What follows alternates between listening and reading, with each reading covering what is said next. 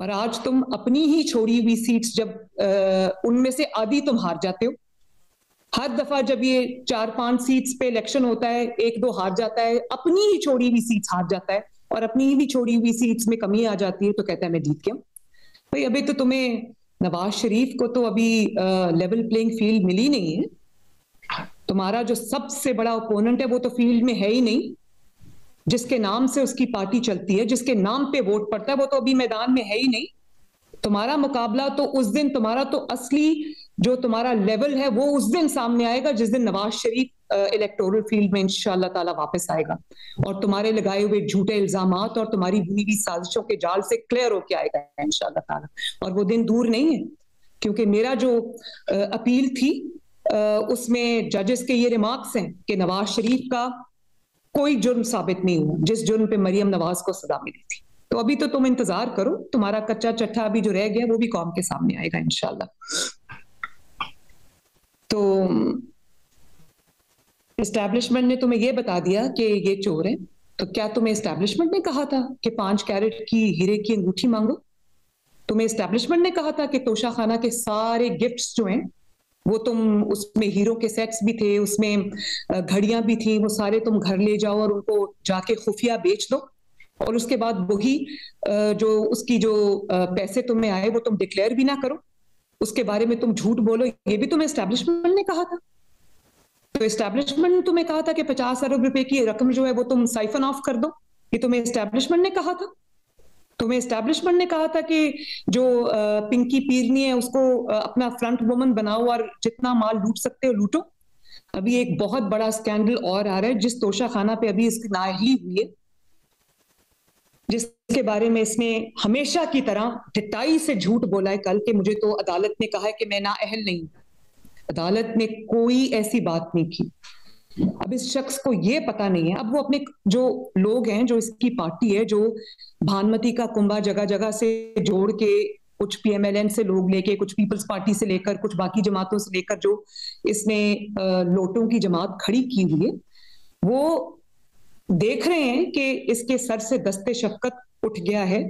اب یہ اپنے گناہوں کی وجہ سے, اپنے جرائم کی وجہ سے ڈسکوالیفائی ہوگا, تو وہ بھی اب اس کے ساتھ نہیں کھڑے, لانگ مارچ میں وہ اس کے ساتھ شامل نہیں ہے.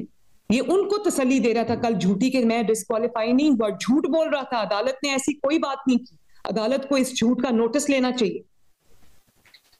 تو ابھی تو جس توشہ خانہ کے جس کیس میں اس کو سزا ہوئی ہے, ڈسکوالیفائی ہوا ہے, یہ ابھی تو یہ ٹپ آف دی آئس برگ ہے. ابھی تو قوم کو یہ پتا چلے گا کہ جو ڈائمنڈ کی جولری بنانے والی سب سے بڑی اور سب سے مہنگی دنیا کی ایک جولرز ہیں جن کو گراف کہتے ہیں, وہ گراف کا کوئی سیٹ ان کو توشہ خانہ میں ملا تھا, جس کی جو اس نے 2 کروڑ روپے دے کے توشہ خانہ سے لیا, اور 22 کروڑ میں اس نے دبئی میں وہ سیٹ بیچا.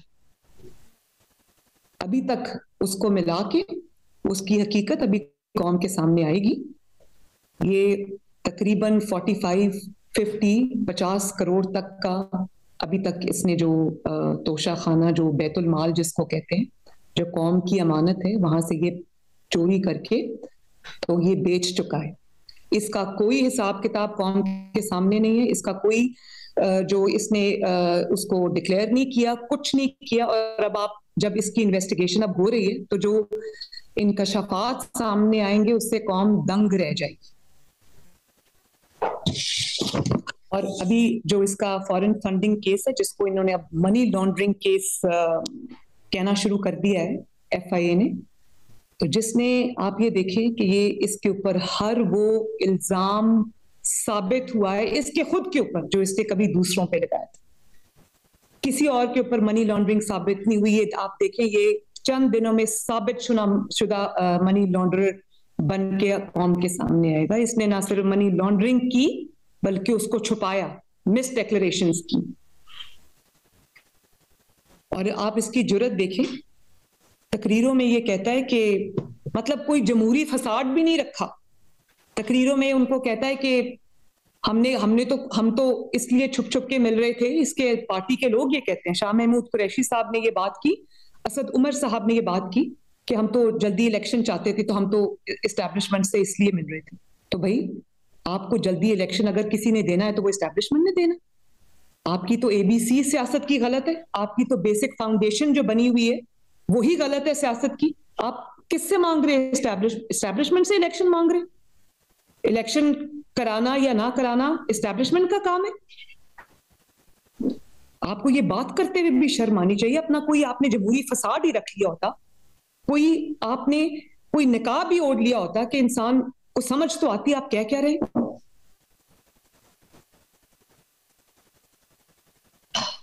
اور آپ کی اے بی سی غلط تو سیاست کی ہوگی, کیونکہ آپ کے جو ٹیچرز ہیں وہ جنرل پاشا اور جنرل ظہیر الاسلام, تو وہ تو آپ کے بیسک کانسیپٹس تو غلط ہوں گے ہی ہوں گے, تبھی آپ جو اسٹیبلشمنٹ ہے اس سے الیکشن مانگ رہے ہیں. جب آپ ایسے استاد رکھیں گے ہاتھ ناک اور کان جیسے اور ہاتھوں جیسے, تو پھر آپ کو یہی تعلیم ملے گی. پاکستان کی جو جمہوری زندگی ہے, پاکستان کی جو سیاسی زندگی ہے, اس میں کم و بیشتر میرا خیال ہے بہت سارے, بلکہ ہر سیاسی جماعت نے کسی نہ کسی موقع پر اداروں پر تنقید بھی کی ہے, اور جو انگلیاں ہیں وہ بھی اٹھی ہیں, مگر اس تنقید کا مقصد بھی کچھ فرق ہے. وہ قوم کے سامنے ہوتا ہے, وہ کسی اصلاح کے لیے تھی, کسی ایشو پہ بیس تھی, کسی غلطی کا احساس دلانے کے لیے تھی, کسی جمہوری اصول کے تحت تھی.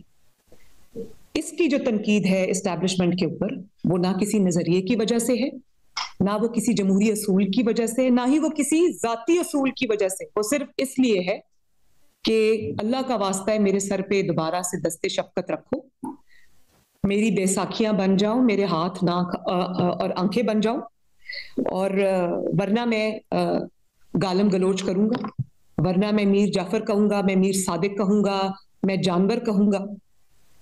دیکھیں, تنقید کا بھی نا کوئی معیار ہونا چاہیے, تنقید کا بھی کوئی سٹینڈرڈ ہونا چاہیے. آپ آئین کے احکامات کی تعمیل کے لیے یا آئین کے جو باؤنڈری اس نے کھینچ دی ہے اس میں رہنے کے لیے آپ تنقید کر سکتے ہیں, آپ قانون کی حکمرانی کی بات کر سکتے ہیں, آپ ملک کی تحفظ کی بات کر سکتے ہیں. کل آپ نے یہ مجھے ذاتی طور پہ بطور پاکستانی مجھے بہت تکلیف ہوئی جب آپ نے اخلاق سے نہیں گرا ہوا بلکہ گھٹیا پن کی حد کو آپ نے چھوتا ہوا ایک بیان دیا. آپ کی بھلے لڑائی جو ہے وہ ہوگی بڑوں کے ساتھ, آپ کو تکلیف ہے کہ انہوں نے آپ کی جو نااہل اور نالائق حکومت کو گرنے سے کیوں نہیں بچایا, وہ آپ کا ذاتی گرائی پہ ہوگا. لیکن اس سے قطع نظر آپ نے کل جو بات کی, مجھے اس کی ذاتی طور پہ بطور پاکستانی بہت تکلیف ہوئی. آپ نے کہا کہ یہ چوکیدار ہیں اور ان چوکیداروں کو تم تنخواہ دیتے. آپ نے تضحیک آمیز انداز میں آپ نے ان کو تنخواہ کا تانا دیا. آپ کو شرم آنی چاہیے. میں یہ سوچ رہی تھی جب میں الیکشن کیمپین کے لیے آزاد کشمیر کے بارڈرز پہ گئی تو میں نے وہاں دیکھا کس طرح جو سپاہی ہیں, کس طرح جو فوجی جوان ہیں, وہ اپنے گھروں سے دور رہ کر اپنی مٹی کی, اپنے وطن کی, اپنی زمین کی, اپنی قوم کی, اپنے ملک کی حفاظت کرتے ہیں. تو آپ نے ان کو اس طرح سے جو تضحیک آمیز لہجے میں آپ نے تنخواہ کا تانا دیا, حقارت سے وہ نام لیا, آپ کو شرم آنی چاہیے. ان کو وطن کے لیے جو وہ قربانی دیتے ہیں, جانے دیتے ہیں, تو یہ بات آپ کی مناسب نہیں تھی. میں سوچتی ہوں کہ جو سپاہی کھڑے ہوتے ہوں گے بارڈرز کے اوپر, ان کے دل پہ یہ بات کتنی گراں گزری ہوگی. تو میں آپ کو یہ بات بتا دوں کہ وہ ملک کے محافظ ہیں, بنی گالہ کے محافظ نہیں. وہ ملک کے محافظ ہیں, وہ عمران خان کی حکومت کے محافظ نہیں. وہ ملک کے محافظ ہیں, وہ آپ کی ڈکیتیوں اور چوریوں کے محافظ نہیں. اور ایک اور بیان کل میری نظر سے گزرا کہ انہوں نے جو سپریم کورٹ آف پاکستان میں اسٹیٹمنٹ جمع کرائی کہ مجھے تو علم نہیں تھا 25 مئی کے احکامات کا, جب عدالت نے ان کو کہا کہ آپ ریڈ زون میں نہیں آئیں گے. اتنا بلیٹنٹ آپ نے جھوٹ قوم کے سامنے بولا, کیونکہ ابھی 25 مئی کی جو وہ ویڈیوز ہیں, جو فوٹیج ہے, جو آپ کا لائیو بیان چلا میڈیا کے اوپر, اس میں آپ نے 25 مئی کو کنٹینر پہ کھڑے ہو کے یہ اعلان کیا کہ میرے لوگوں سارے اسلام آباد آ جاؤ, جو ریڈ زون ہمیں اجازت مل گئی ہے اسلام آباد میں اور ریڈ زون میں انٹر ہونے کی. تو آپ کا کیا خیال تھا کہ کل جو آپ نے لکھا ہوا بیان سپریم کورٹ میں جمع کرایا کہ مجھے علم ہی نہیں تھا, تو لوگوں کو 25 مئی کو آپ کا وہ جو آپ نے میڈیا پہ بیان دیا ہوا ہے کہ سپریم کورٹ سے ابھی ہمیں پتہ چلا ہے کہ سپریم کورٹ نے پابندی اٹھا لی, تو آپ کا کیا خیال ہے لوگ وہ چیز بھول گئے تھے؟